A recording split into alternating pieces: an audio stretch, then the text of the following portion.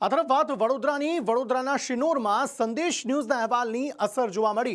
Shinor Poicha bridge પર ભારે વાહનો પર પ્રતિબંધ લગાવાયો છે, ત્યારે સંદેશ ન્યૂઝે અહેવાલ પ્રસારિત કર્યો હતો। ત્યારબાદ તંત્ર હવે એક્શનમાં આવ્યું છે।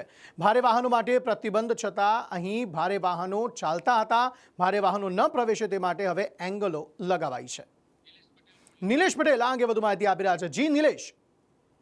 જી અંકિત, ચોક્કસથી જણાવી દઉં કે શિનોર તાલુકા અને પોઈચાને જોડતો જે નર્મદા નદી પર બ્રિજ આવેલો છે, એમાં જે કલેક્ટર દ્વારા જે જાહેરનામું, જે ગંભીરા બ્રિજનો અકસ્માત થયો હતો ત્યારબાદ જાહેરનામું બહાર પાડવામાં આવ્યું હતું કે અહીંયા ભારદારી વાહનો માટે રોક હતી, તોય છતાં પણ ભારદારી વાહનો ચાલતા હતા। જ્યારે સંદેશનો જે અહેવાલ રજૂ કરેલો આ ભારદારી વાહનો જે થરકે છે એનો, અને તાત્કાલિક એની અસર જોવા મળી અને તાત્કાલિક જે તંત્ર દ્વારા જેને એંગલો મારી ભારદારી વાહનોને રોકવાની તજવીજ હાથ ધરેલી છે। જી નિલેશ, આભાર સમગ્ર માહિતી આપવા માટે। તો આ તરફ ભાવનગરમાં હેડ કોન્સ્ટેબલના આપઘાતના કેસ મામલામાં ઘોઘાના પીએસઆઈ સામે માનસિક ત્રાસના પરિવારજનોએ આરોપ લગાવ્યા। કરણી સેનાના સભ્યો મૃતક કોન્સ્ટેબલના પરિજનોને મળ્યા હતા। પીએસઆઈ સામે ફરિયાદ નોંધાવવા માટે આશ્વાસન પાઠવવામાં આવ્યું। ઘોઘાના હેડ કોન્સ્ટેબલે 4 દિવસ પહેલા ઝેરી દવા પી લીધી હતી। દિગ્વિજયસિંહ ગોહિલનું સારવાર દરમિયાન મોત થયું હતું। આજ સુધી આજે 2-3 દિવસ થયા પણ હજુ સુધી નથી ફરિયાદ લખાણી, નથી પીએસઆઈની બદલી થઈ। તમે સમજી શકો કે પોલીસમાં જે દીકરા હોય એ માનસિક કેટલા મજબૂત હોય।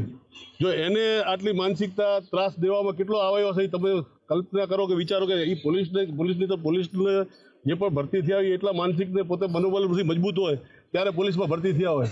જો એને કેટલો ત્રાસ દેવો ત્યારે એને સુસાઇડ કરવાની જરૂર પડી, તો એના માટે એસપી સાહેબને કાનભાઈને આપણે રજૂઆત કરી છે એની ટીમે।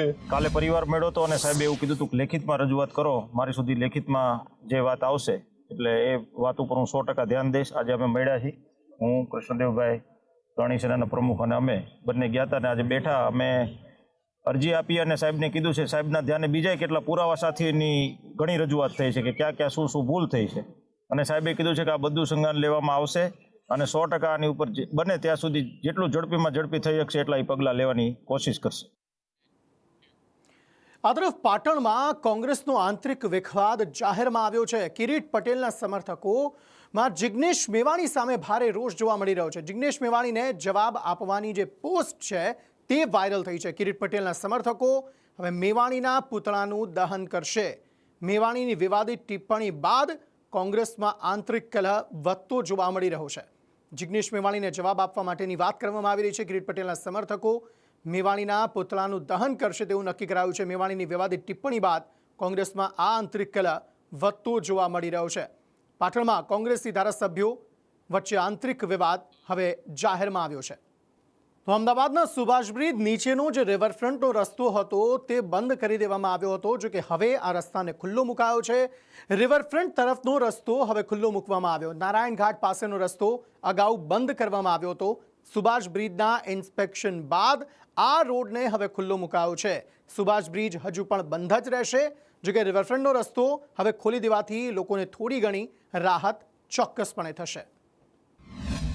અમદાવાદમાં સુભાષ બ્રિજ જર્જરિત થયા પછી સુભાષ બ્રિજને બંધ કરવામાં આવ્યો હતો। એની સાથે રિવરફ્રન્ટનો જે નીચેનો વિસ્તાર છે કે જે સુભાષ બ્રિજની નીચેથી પસાર થાય છે, નારાયણ ઘાટ પાસેથી પસાર થતો આ રસ્તો પણ સંપૂર્ણ વાહન વ્યવહાર માટે બંધ કરવામાં આવ્યો હતો।